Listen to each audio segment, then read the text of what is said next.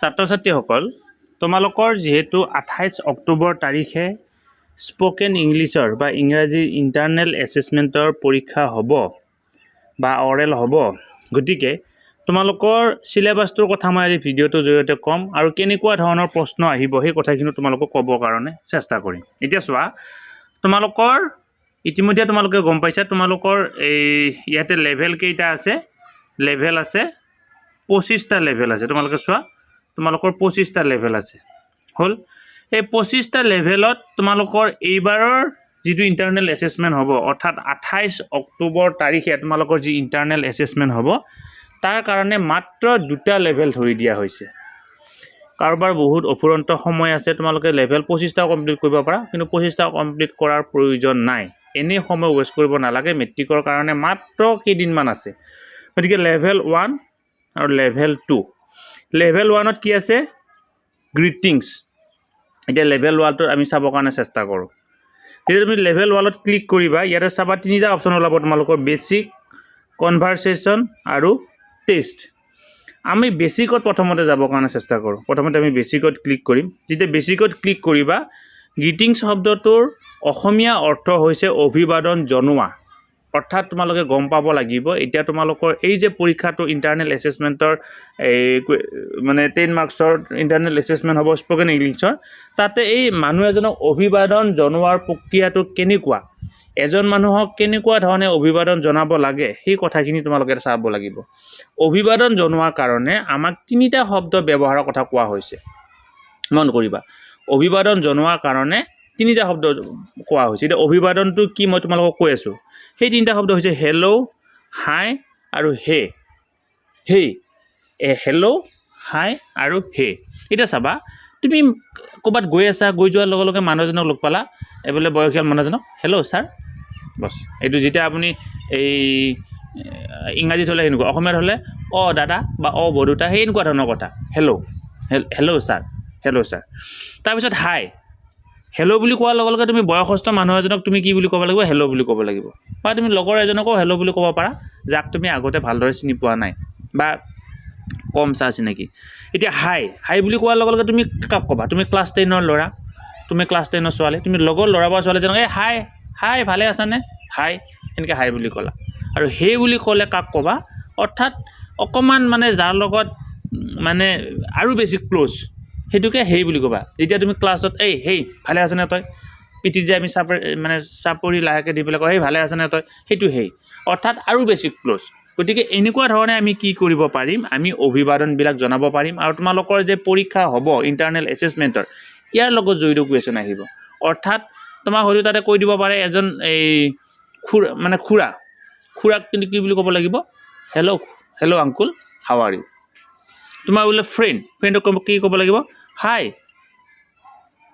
তোমালোকে প্ৰথম কনভাৰসেচনত প্ৰথম যেটো ভিডিঅ' প্ৰস্তুত কৰিছিলো মই সেইটো দেখি পাইছিলো তোমালোকে হাই অনন্য হাউ আৰ ইউ একে লগৰ আৰু যেতিয়া হেই বুলি ক'বা আৰু অতি নিকটৱৰ্তী আৰু অতি আত্মীয়কে হেই বুলি ক'ব পাৰিবা তুমি এটা তোমাৰ এই যিজন ক্লাছ টিচাৰ ইংৰাজী ছাৰ হেই বুলিতো ক'ব নোৱাৰা তুমি তাক হাই বুলিও ক'ব নোৱাৰা তুমি তা সন্মানৰ কথা আছে তুমি তাক হেল্ল বুলি ক'ব লাগিব কিন্তু তুমি ক্লাছ তোমাৰ লগৰ যিসকল ছাত্ৰ-ছাত্ৰী হেই বুলি ক'ব পাৰিবা হেই ভালে আছেনে তই হেই তোমাৰ খবৰ ভালনে যোনে যেনেকৈ কোৱা হয়নে তেনেকুৱা ধৰণৰ ইয়াতে চোৱা হেল্ল শব্দত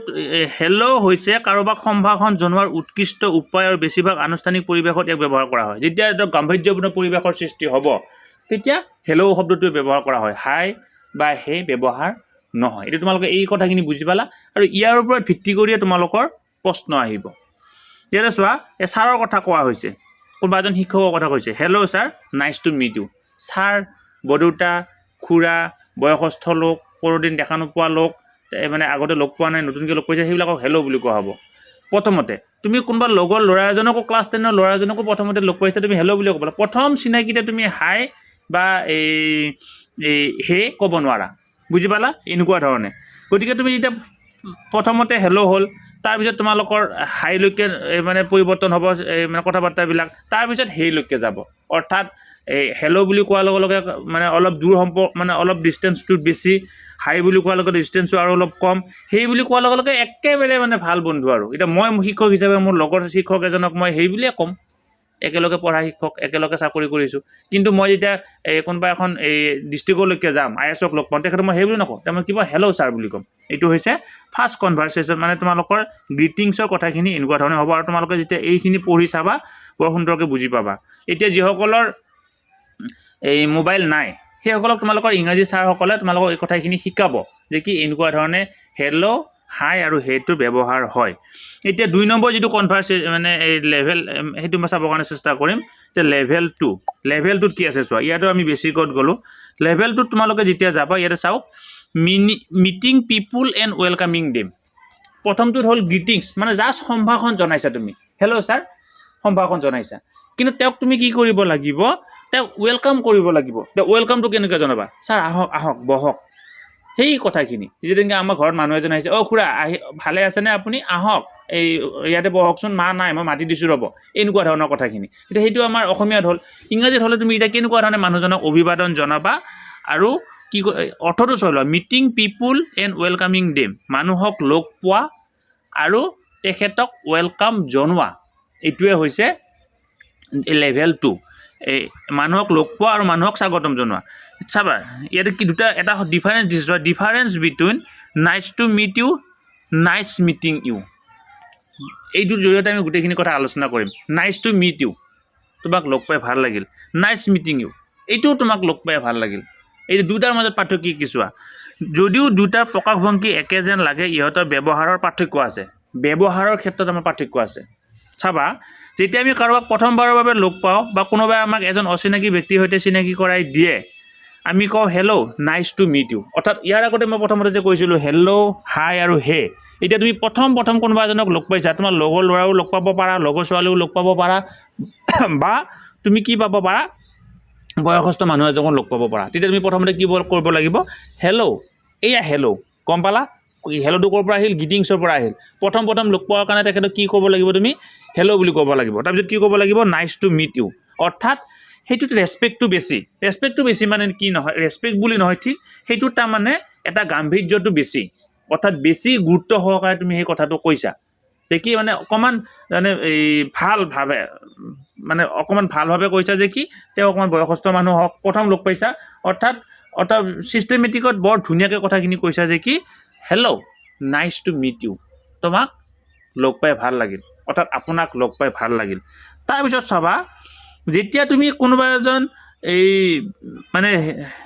আগতে লগ পোৱা মানুহ লগ পাই থাকা কিন্তু খপকৈ লগ পাই গৈছা পটক কৰি লগ পাই গৈছা তেতিয়া তুমি তেওঁক ক'বা কিবা হাই নাইস মিটিং ইউ তেতিয়া তুমি কি ক'বা হাই নাইস মিটিং ইউ ডিফাৰেন্সটো বুজি পালা নে তোমালোকে যেতিয়া প্ৰথম মানুহ এজনক লগ পাবা প্ৰথম তোমালোকৰ বন্ধু বা বান্ধৱী এজনক লগ পাবা তেতিয়া তুমি হেল্ল' বুলি ক'ব লাগিব hello' how are you hello' nice to meet you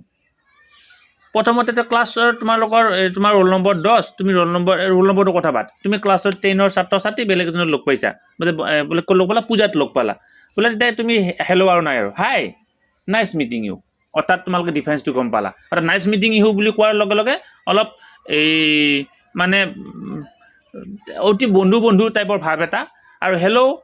nice to meet you বুলি কোৱাৰ লগে লগে অকণমান মানে তেখেতক সন্মান জনোৱা এটা ভাৱ এটা গতিকে তোমালোকৰ এই দুই ধৰণৰ কথাই তোমালোকৰ ইণ্টাৰনেল এছেছমেণ্টত এইবাৰ আহিব স্পকেন ইংলিছৰ গতিকে তোমালোকে এই ধৰণে প্ৰিপাৰেশ্যন চলোৱা ইয়াৰ পিছত তোমালোকে যদি কিবা বুজি নোপোৱা আমি পাৰিলে এটা কনভাৰচেশ্যন তোমালোকক আগবঢ়াবৰ কাৰণে চেষ্টা কৰিম ধন্যবাদ